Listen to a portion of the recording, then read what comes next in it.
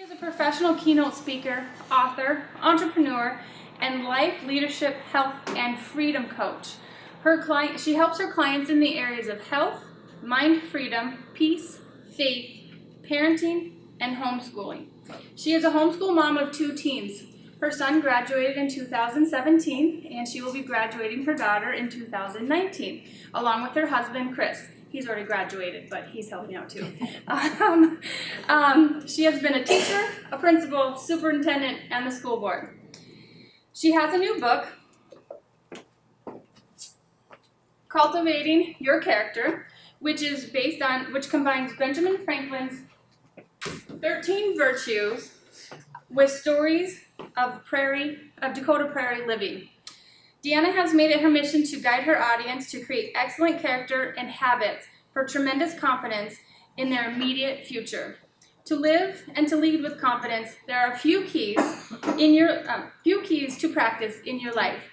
In her keynote speeches, she describes these keys using experiences in the Dakota Prairies and looking at life lightly with humor. With that, I give you Deanna Becket.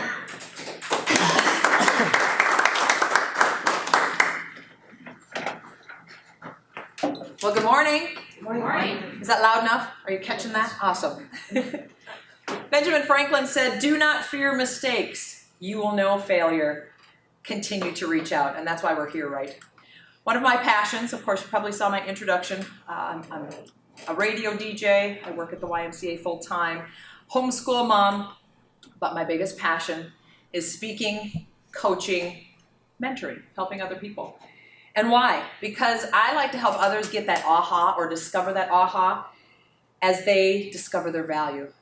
In my book, I describe a lot of my stumbles into success, my learning and growing experiences. So I love learning from other people's mistakes, don't you? It's better than learning from our own. However, we should learn from our own. Other speakers have inspired and transformed my life to make excellent choices and changes. And I want to do the same. So 3 things. One is author, my book. One is coaching, and one is speaking. That's what I'm going to kind of review today, what I do. Of course, Melanie introduced my book, Cultivating Your Character. It was published in April of 2017.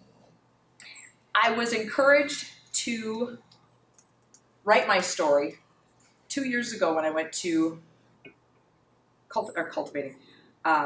Day of Excellence here in Rapid City. I walked up to an author who was a or an author coach, I should say, book coach. And I shook his hand. I walked up to him just shaking. And I said, "I want to do what you do. And I think I have a book in me." We started working together. He coached me along on how to write my book, what stories to pull out, what lessons I've learned, and coached me in all of those areas.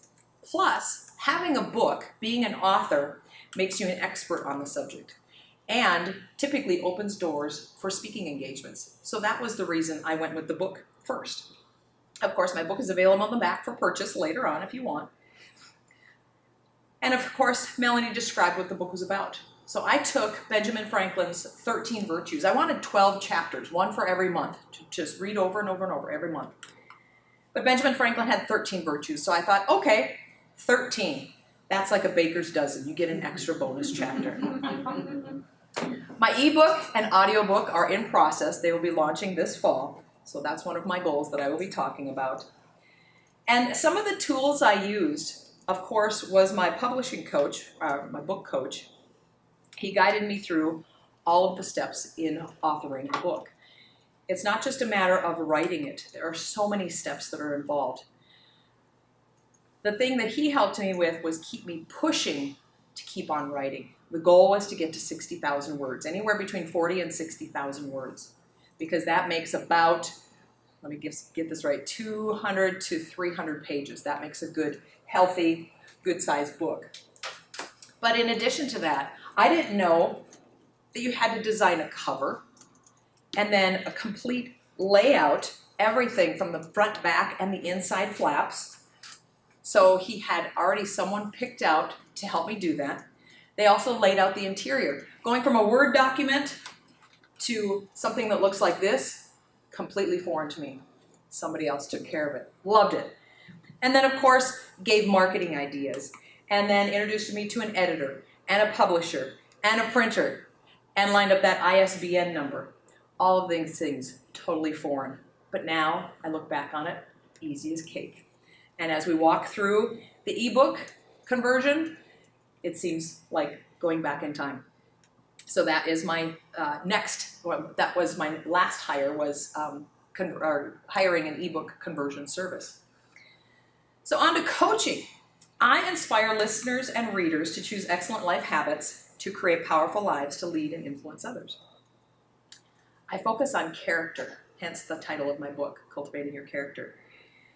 Because if we want to lead others, inspire others, influence others, we have to be building ourselves and growing ourselves. Now, sometimes we might be just a fraction, a step ahead of who we're maybe mentoring.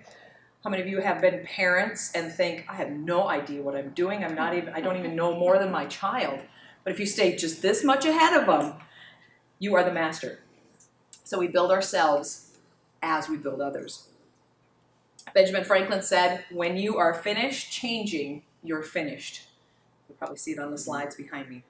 So as we continue to grow, hopefully we are growing in a positive way and growing forward, then we'll never be finished. And I always want to encourage you to continue to learn. So now my speaking career, that's what I want to focus on the most and grow that the most. Of course, you know, I'm on the radio, but once a quarter, I have done, the past year, I have done a larger speaking engagement. Some of them have been paid, some of them have been pro bono, and they allow me to sell my books in the back of the room.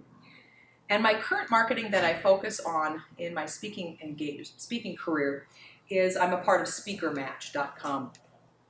And what that is there's an email that's sent that announces everything that's coming up in different speaking engagements around the world. And I apply for these.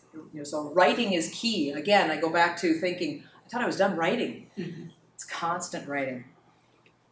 I've got a couple of local events I'm doing this fall. One is Aging Gracefully Expo on the 15th of September here in Rapid City, and then the first annual Black Hills Christian Women's Conference, and that's on October 20th.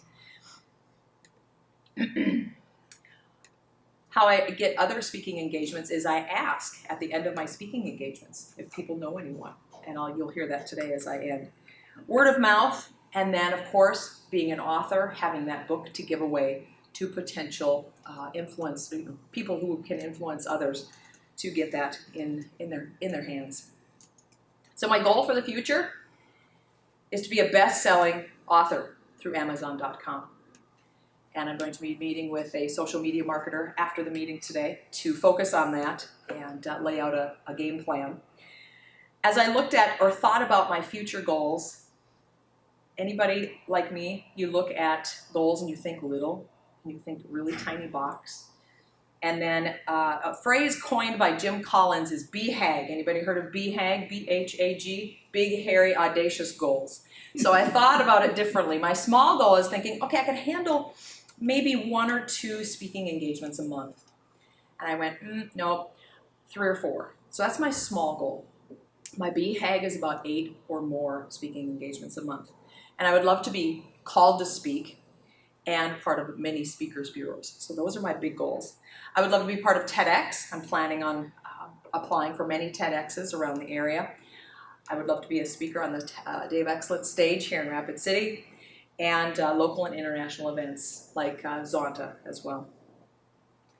And one thing I'm working on seeking is a speaking marketing coach. I don't know how to phrase that properly, but a marketing coach in the speaking area. And a couple of the struggles that I have found that I like to share are more personal because, my business isn't big enough where I'm employing anybody. I don't find struggles in those larger areas in a typical business. My struggles are more personal. One of them is feeling inadequate.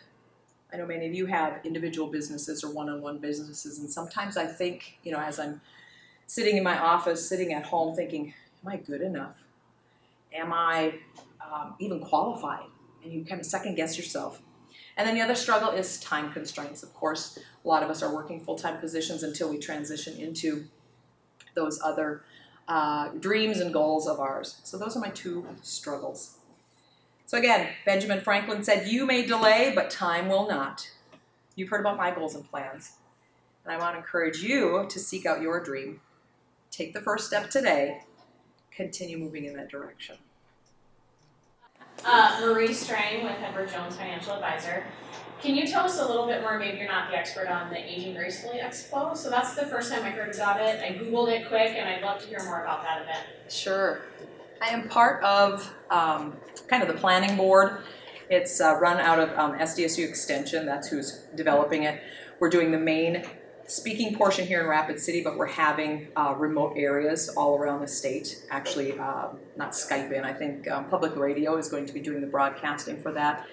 And I think we're in the 3rd year, and their focus this year is to make it more fun, because we're all aging. Every second we are all aging. And I've been chosen as the keynote speaker, so I'm still developing that to be able to bring in some of the things that I speak about with character developing even as we age. But I know one of the focuses on aging gracefully is not putting negative connotations with aging or seniors, and a lot of the change in terminology that we use, so it's not so negative sounding. So a little bit about that. So we'll have vendors and things like that at that expo.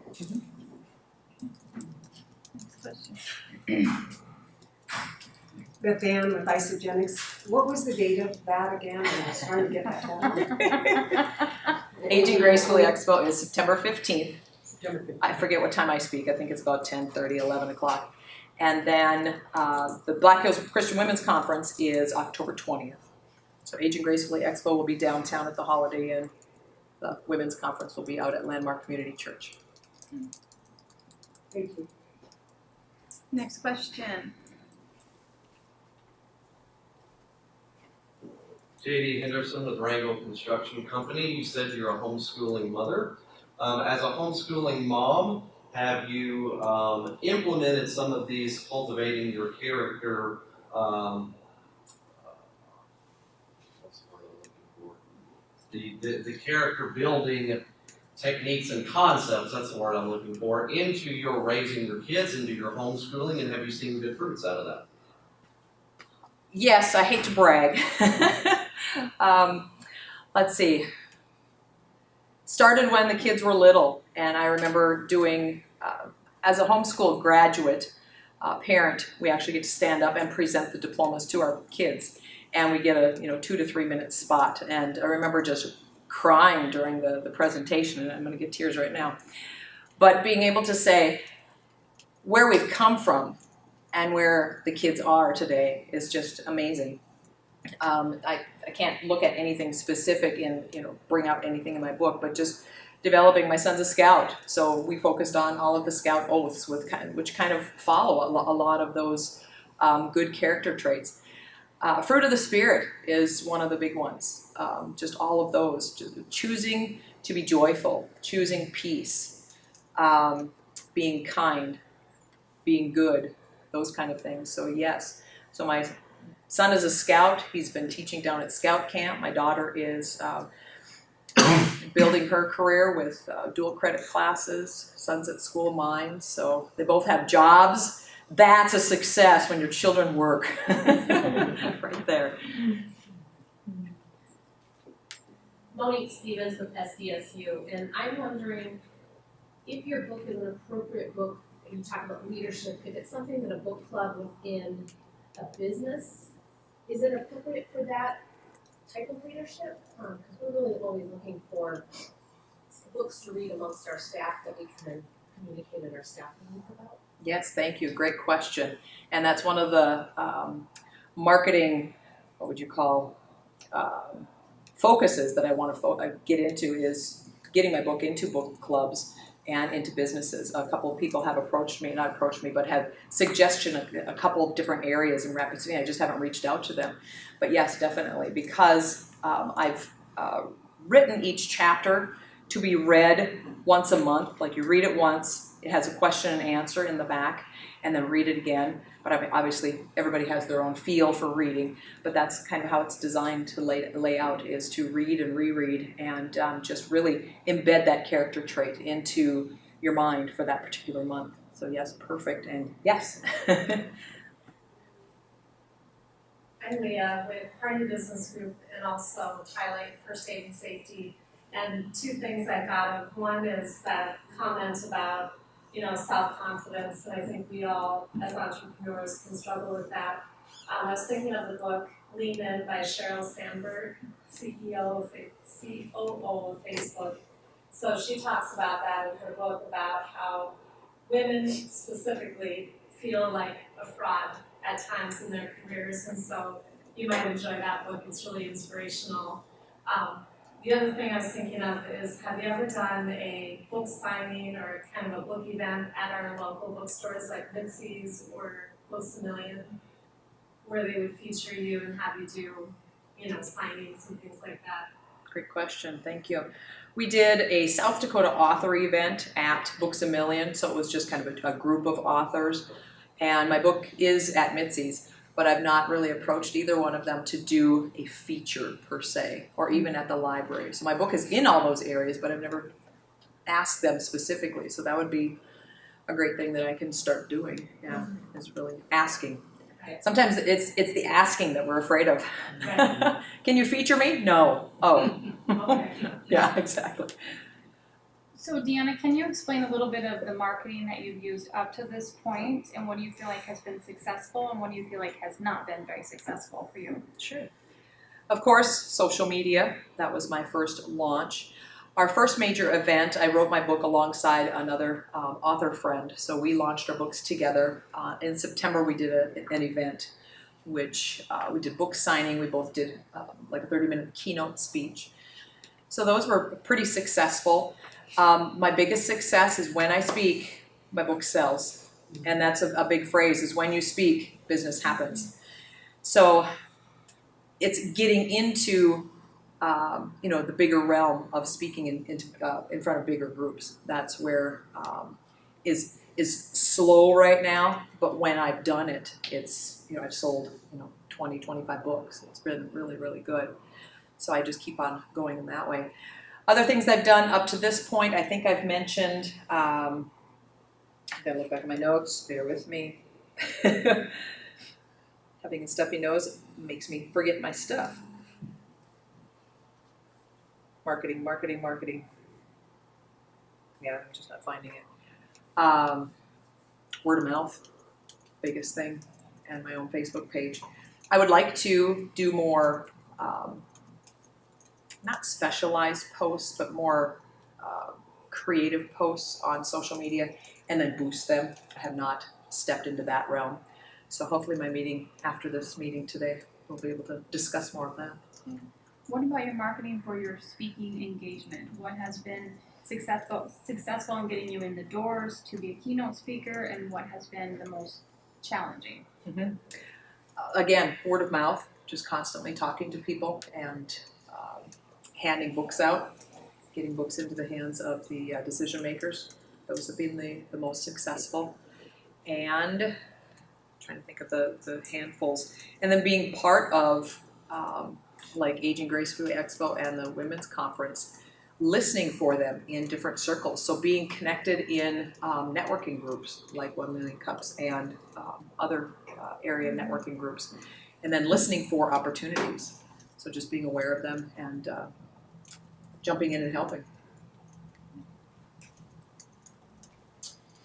So this may not be how you would like your book to be used, but the woman in the back mentioned book club.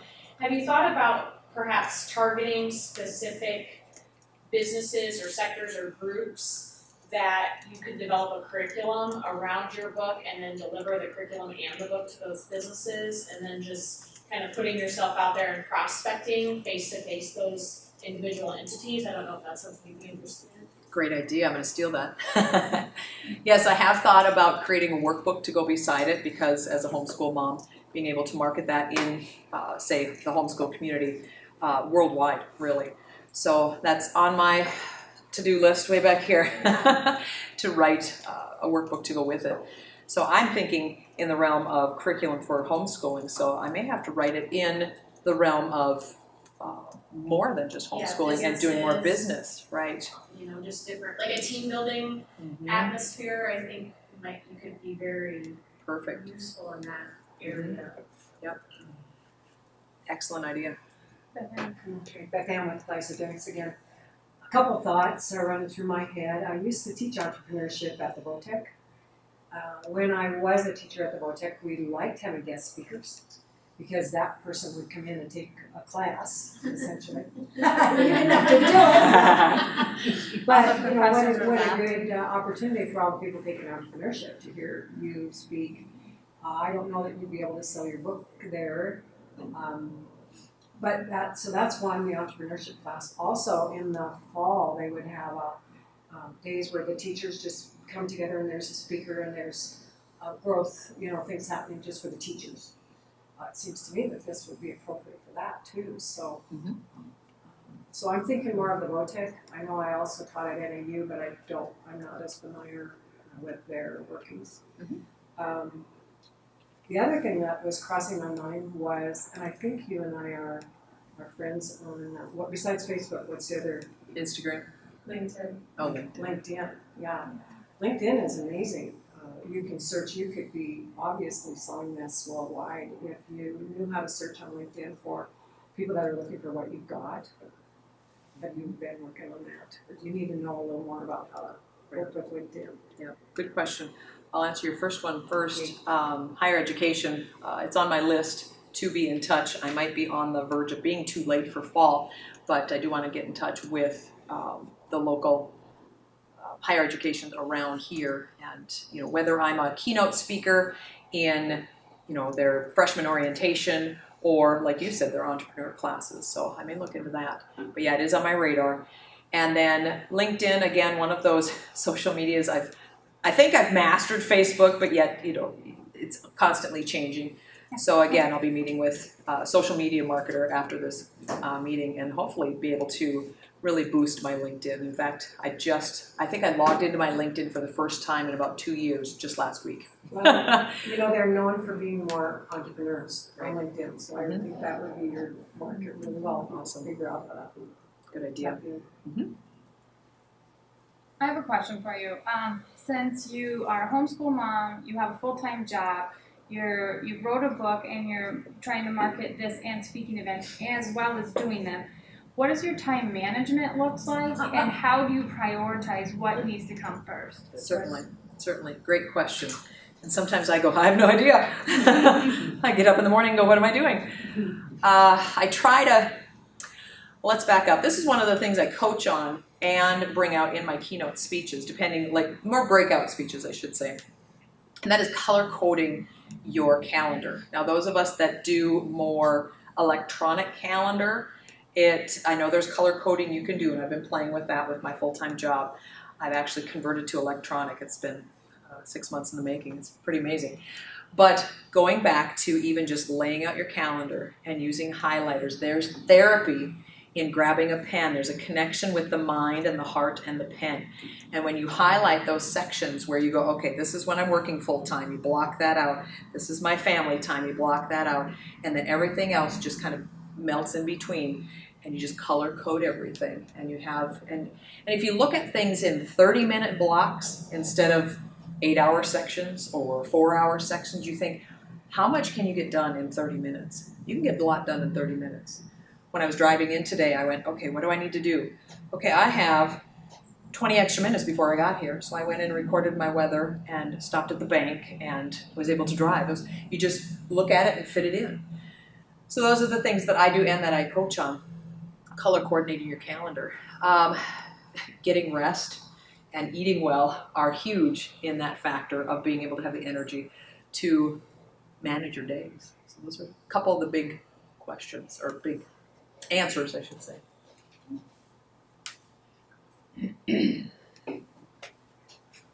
Rich with Easy IT Services. I always imagined when you published a book, you would hand a manuscript off to the publisher and they took care of it. How does the balance work there as far as You mentioned the ISBN and the layout.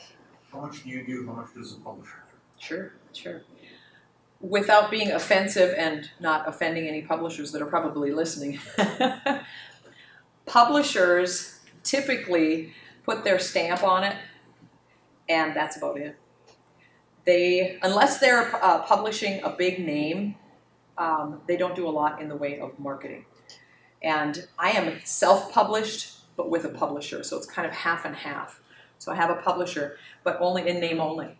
So she got me my ISBN and the stamp, kind of the stamp of approval, and having the publisher. But as for marketing, I could hire her for more of that, but I would be doing more of my own. One thing about being self-published is you retain control of 100% of your profits. So I pay a certain portion for my book. I have it for sale for a certain portion, so I can control how much I can discount. I can do a buy 3 get 1 free, whatever it is. But a publisher, like I said, if they're doing a big name, they may be paid. The big publishers may be paid or take that portion and do more marketing for that author. But it comes back to the author's work. Yeah.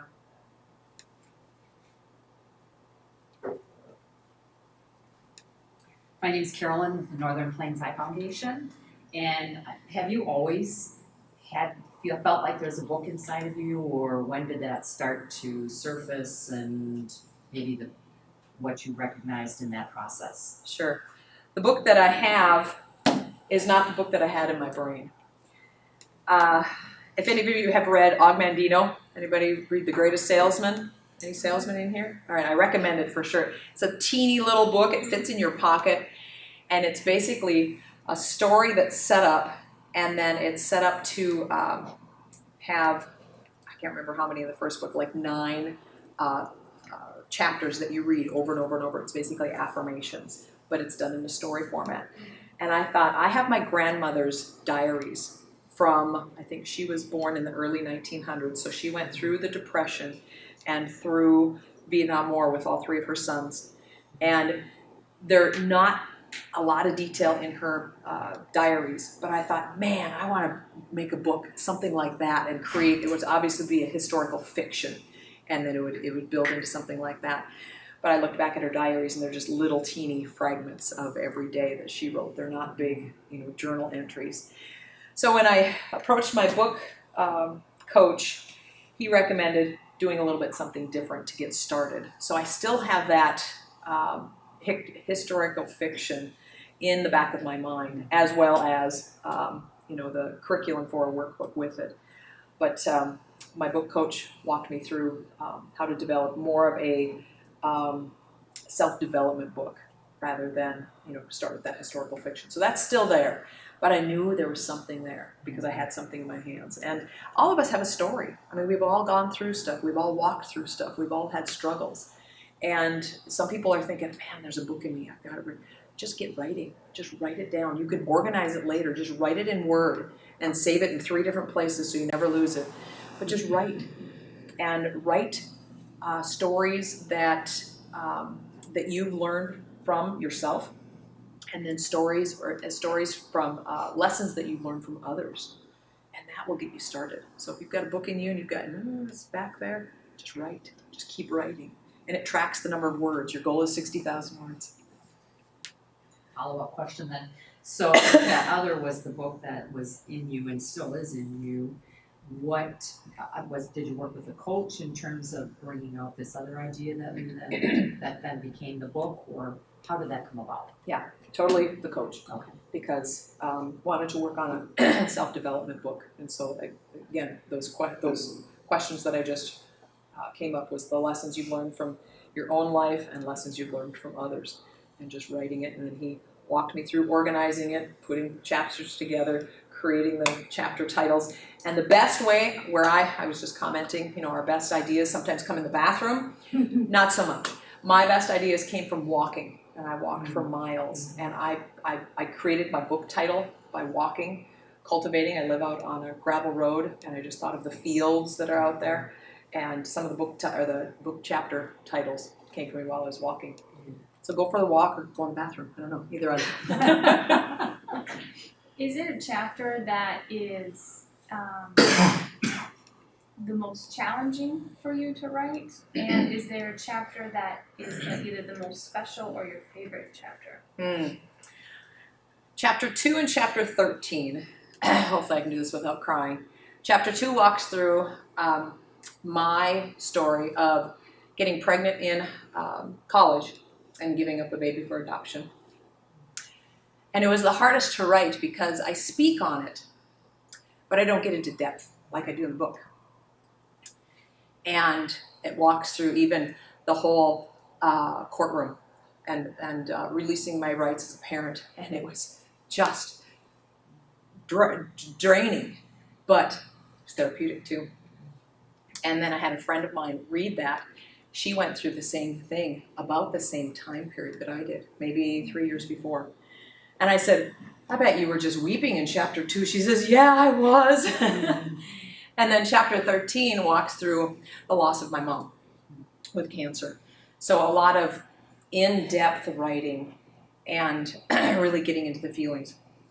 And it was therapeutic. And a lot of people need to hear what other people are going through so that they can walk through and release some of that grief and guilt as well. Yep.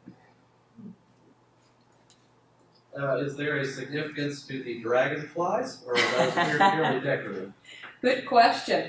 That was one thing I forgot to mention. I met with what would she be? Not a marketing coach, but a Graphic designer. Yeah, graphic, but she does logos and just walks through.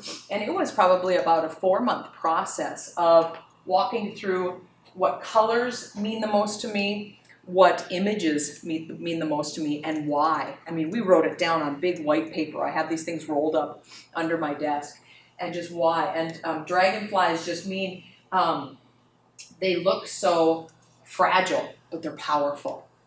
And the colors just mean more to me. You know, burgundy is more of a power color, like red, and then we just mix some contrast colors as well. But the dragonfly is just they're fragile yet mighty.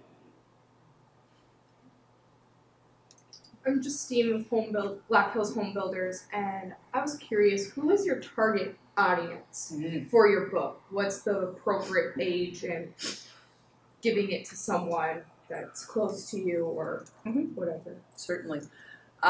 Age range and target market. So age range, anybody can read it.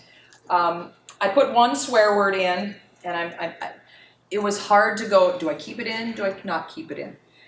And so I'm kind of, that's one thing I did debate on. I'm like, oh, is it going to offend anybody? But it was a quoted phrase, because some people, I'll say it right now. When you're in sales and marketing, sometimes you hear no, sometimes you hear hell no. And that was my phrase that I left in there. But it was a quoted phrase. So the age range, 2 to 92 or 102, whatever it is. Target market, I thought about that. And of course I relate mostly to homeschool families, women, what would it be? College students, because that's when I walked through my experience with that. Trying to think of a couple other ones off the top. But I'm developing that. So those are something that I'm continuing to really fine tune and delve into. But those are the handfuls. Yep. What about your speaking? Where's your targeted audience there, and where would you like it to be? Right now, I've been speaking mostly to women's groups, whether they're regular organizations. I spoke to the South Dakota Court Reporters Association last year, and this year was National Association of Women in Construction. And then, so a lot of women's groups. And then, of course, Women's Conference this fall. The Aging Gracefully will be, a broader audience and all ages. But I would like to get into more of the corporate world, corporate and organizations like the associations. So those are my focus, to be able to help build their character, help them, develop growth in their character traits, and help them develop in the areas that they want. So follow up to that, what are the biggest challenges to breaking into speaking in the corporate world? Obviously being in contact with decision makers, because corporations usually stop at the front desk. You've got to be able to know people. So the benefit, like locally, been here for lots and lots of years, so there's people I know and people that know people that know people. So that's key, is networking. So congratulations for being here, because that's how you get to know the people that know the people. And I've already forgotten the second part, or part of that question. Breaking into it. I don't know if it's a struggle of mine. I've got video footage of some of my speaking engagements, which are smaller, of being able to have a powerful video that speaks for you, that gets in there. So that's one of the things that I think I'm lagging in, and video editing is not a timely thing. So I'm hoping to hire or have some students look at creating some more videos for me too. So that's key too, is having a really powerful video to be able to send as a digital marketing tool. Thank you. Oh, do you have any funding sources, or are you just doing it all on your own? Hence the full-time job. Honestly, when I started writing my book, I knew I had to fund it. To write this book cost about $6,000 to $8,000. So it gives you an idea. Obviously, I got to bite off pieces over time, because the layout, the cover design, the publisher, the editor, the printer, everything was all incorporated in that, but thankfully it was kind of spread out over time. I hadn't worked for someone else since before I was married. I've been married 22 years this fall. So a year and a half ago, 2 years ago, I had to go get a part-time job, and it was about to kill me, because I could not work for someone else, but I made do. Because I knew I was funding everything, all my money. I was funding my future, and I was funding my dream. Another thought I had, Deanna, was, have you thought about approaching churches? It seems like that topic would be something they'd be interested in offering, because they'll do programs for their people. The downside of working with churches is they often don't have a very good budget for that kind of thing, or they want you to donate your time because you're such a nice, generous person, and of course you would do that. Right. But it just seems like, that it'd be something interesting for a church to offer their parishioners. Yep. I would love to work with all the churches in the area, really, and I should actually just send a letter saying, "There's my services." And locally, time is easy to give. When it comes to traveling, that's another challenge. But if I'm given the opportunity to, sell my books in the back of the room, perfect, especially locally, and it helps, people, grow their character. So yeah, definitely great idea. Did you find that you get bogged down re-editing the same paragraph or the same chapter over and over? How do you get unstuck in those situations? I'll tell you the end story. My daughter, when we first got what we call a one-off proof, it's basically your first copy, and you're able to sit down and read through it and find the errors that you may not see digitally. And got through, editing, finding just a couple of errors, sent it back in. We got the final shipment. My daughter was the one that opened the first book, and she sat down to read it. And it was fun to see her face going, "This is my mom's book." She says, "Mom, are you going to read your book?" I went, "Are you kidding me? I don't want to see my book for the next 6 months." The editing is the hardest part. I think I had it written by January of 2017. And then we spent the next 2.5 months editing. I would send it back to the editor. It's back and forth. It was so funny. You think, this is what writing a book is about. It's just a Word document going back and forth by email. Back in the day, think of the 1800s, or, when Benjamin Franklin was writing, it was all typed manuscript, and you retype the page. It was just back and forth. But yes, it was so challenging, because you're seeing the same words over and over and over. And little red divots here, and the first time it came back from the editor, you went, they didn't like that part. So yes, it was challenging, grueling, But yet it prepared me for what I do full-time now, and I have to do some grant writing. And I still don't like it, not grant writing, but grant report writing. But it gave me that experience to be able to sit down and just drool over the words. Mm-hmm. Any final questions, Becca? Well, I just keep thinking about people that are going through some kind of recovery program, drugs and alcohol, and they're at a point where they're ready to change their lives and they're looking for something they can really grab onto. And I just think this would really be good for that market. I don't know if that fits in with stuff we've already said, but. I applied for a speaking engagement, I think it was in Colorado, regarding drug and alcohol recovery. And I don't know if it was just the way I had it written or it was my price tag that was along with it, but I was declined for that. But yeah, I had same thing. So that'd be something I can, look into and see, especially if it's local, I can give my time for sure. And the churches might have that kind of thing in their classes that they're teaching or whatever, so it might be a better fit. Been getting great ideas. Well, to the bigger world that I know is listening by Facebook, is my big ask is finding a corporate sponsor. A lot of corporations want to have a speaker with a book with a great message come and represent them, whether it's in all of their branches around the world or have them as the backing sponsor going into businesses that they want to reach as well. But they would sponsor my book and speaking tour. So that's my big ask for international, I'd say. Locally, and anywhere really, is if you know a business, a church, we've talked about different organizations, a trade group, that is looking for a speaker or presenter, breakout, keynote, whatever it be, I would love to visit afterwards. And if you're listening by 1 Million Cups, you can message me there.